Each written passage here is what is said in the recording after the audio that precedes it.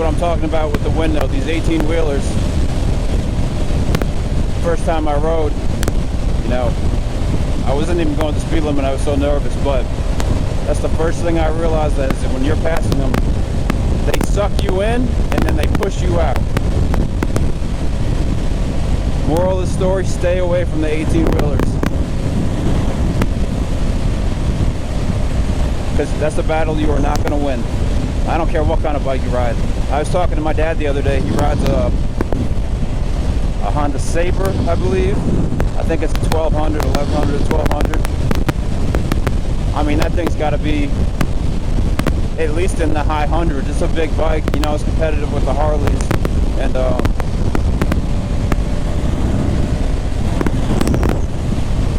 he said the same thing happens on that.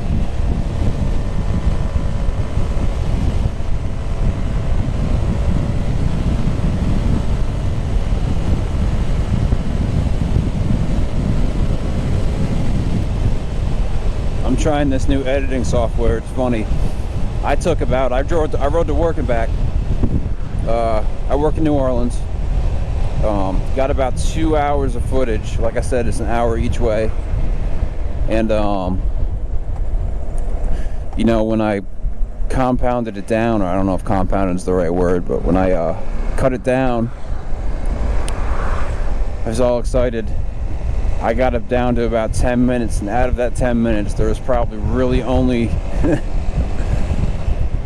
4 or 5 minutes of footage that was, you know, I thought it was all awesome, but 4 or 5 minutes of footage that I thought other people might be interested in seeing. So, like I said, never edited it before, still learning it, but it's, I'll get a little bit faster, but that was like I don't even know how long that took me. I'm thinking half a day, and I thought I was Spielberg. And when I got it all said and done, yeah, it was about, I don't know, yeah, like 3 or 4 minutes. I'll have to go look. And I found out how to put music on it, which was pretty cool. But it's cool for me, but for other people to watch it,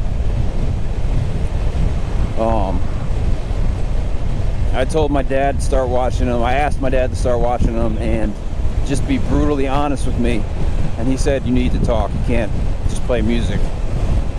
So here I am. My dad rides as well. He's been riding for quite some time now. I got a chance to ride with him a couple months back. He came down and rented a Harley. That's what I was talking about with the 1800 Heritage. And he, you know, he's a pretty good rider. As far as I know, at least he hasn't told me he's had no major instances. He did tell me he had a tire blowout. Handled it well. Because his bike didn't go down. At least that's the story I got. If it was about, I don't know, 5-10 degrees warmer, been perfect motorcycle day. I think it's right around 60 right now, 60 and sunny, which, you know what, for January anywhere is awesome. I grew up in New York. There was no riding in January, I'm sure. Except the true diehards. But I'll tell you what, I've gone out in the high 40s. I probably don't have the proper equipment for cold weather, but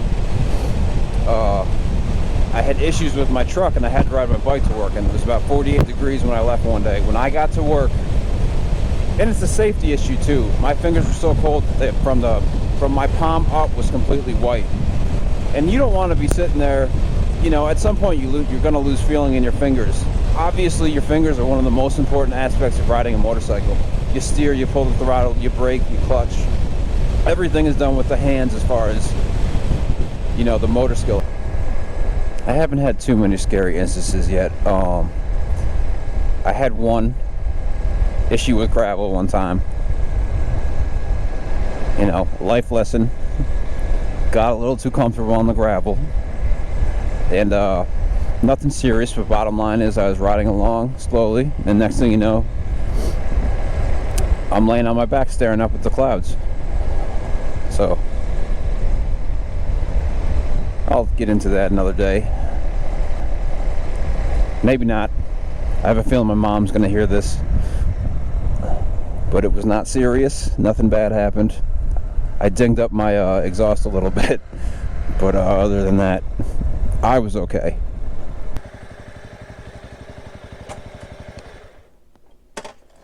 And that's it.